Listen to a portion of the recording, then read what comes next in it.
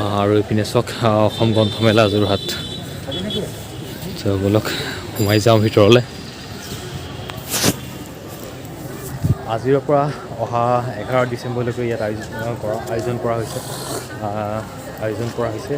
Assam book fair Assam গ্ৰন্থমেলা আজিৰ পৰা অহা 11 ডিচেম্বৰলৈকে উদুলি মুদুলি হৈ আছে যোৰহাট কছাৰী মৈদাম এই গ্ৰন্থমেলাত লেখক প্ৰবন্ধকাৰ চিন্তাবিদ মানে বহু কেইগৰাকী বিশিষ্ট ব্যক্তিয়ে অংশগ্ৰহণ কৰিছেহি মানে ভিৰটোতো বহুতে ক'ব লাগিব আৰু ইয়াত বিভিন্ন ঠাইৰ পৰা মানে ইয়ালৈ বুক অনা হৈছে অসমৰ বাহিৰৰ আপোনাৰ কলকাতা দিল্লী এনেকুৱা কিছুমান ঠাইৰ পৰা আপোনাৰ মানে গ্ৰন্থ অনা হৈছে আৰু এইপিনে চব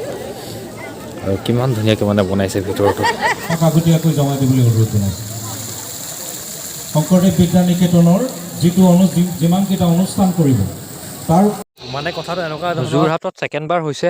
বৰ্ষৰ প্ৰথমখন অসম গ্ৰন্থমেলা হৈছিল ধেমাজিত আৰু ছেকেণ্ডখন আমাৰ যোৰহাটত আৰু তৃতীয় আৰু চতুৰ্থখন হয়তো আপোনাৰ বঙাইগাঁও গুৱাহাটী পিনলৈ হ'ব পাৰে পৰিৱেশটো চব কিমান ধুনীয়াকৈ মানে সজাই তুলিছে আছাম বুক ফেয়াৰ আৰু এইপিনলৈ চব আৰু এইপিনলৈ আপোনাৰ সাংস্কৃতিক অনুষ্ঠান হৈ আছে আৰু অসম গ্ৰন্থমেলা এনেকুৱা বহু অভিভাৱক আছে যি এখন বাতৰি কাকতো নিকিনে ঘৰত যদি এখন কিমান ধুনীয়াকৈ বনাইছে মন কৰক অসমীয়া বাতৰি কাকত নাৰাখে ঘৰত যদি আৰু চাইডে চাইডে লাইট দি দিছে আৰু এইটো মন কৰক ঘৰটো সৰুকৈ বনাইছে আছাম বুক ফেয়াৰ যদি কোনো এখন কিতাপ নাথাকে মন কৰক সেই পৰিৱেশত অলপ ওচৰৰ পৰা দেখুৱাওঁ কিমান ধুনীয়াকৈ বনাইছে আছাম বুক ফেয়াৰ আৰু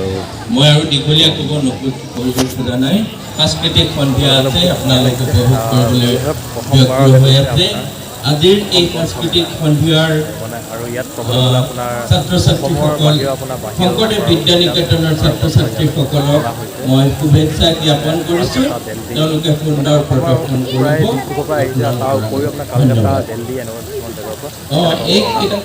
আৰু এই গ্ৰন্থমেলাত 150টা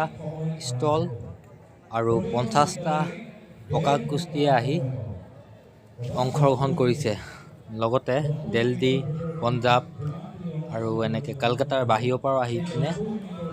প্ৰকাশগোষ্ঠীয়ে অংশগ্ৰহণ কৰিছে আপুনিও আহি আপোনাৰ প্ৰিয় গ্ৰন্থখন ইয়াৰ পৰা ল'বহি পাৰিব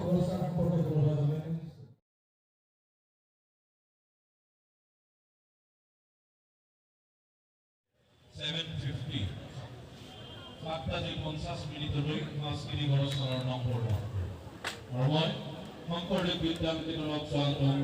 জনাইছোঁ আৰু তেখেতসকলৰ অনুষ্ঠান আৰম্ভ কৰিবলৈ অনুৰোধ জনাইছোঁ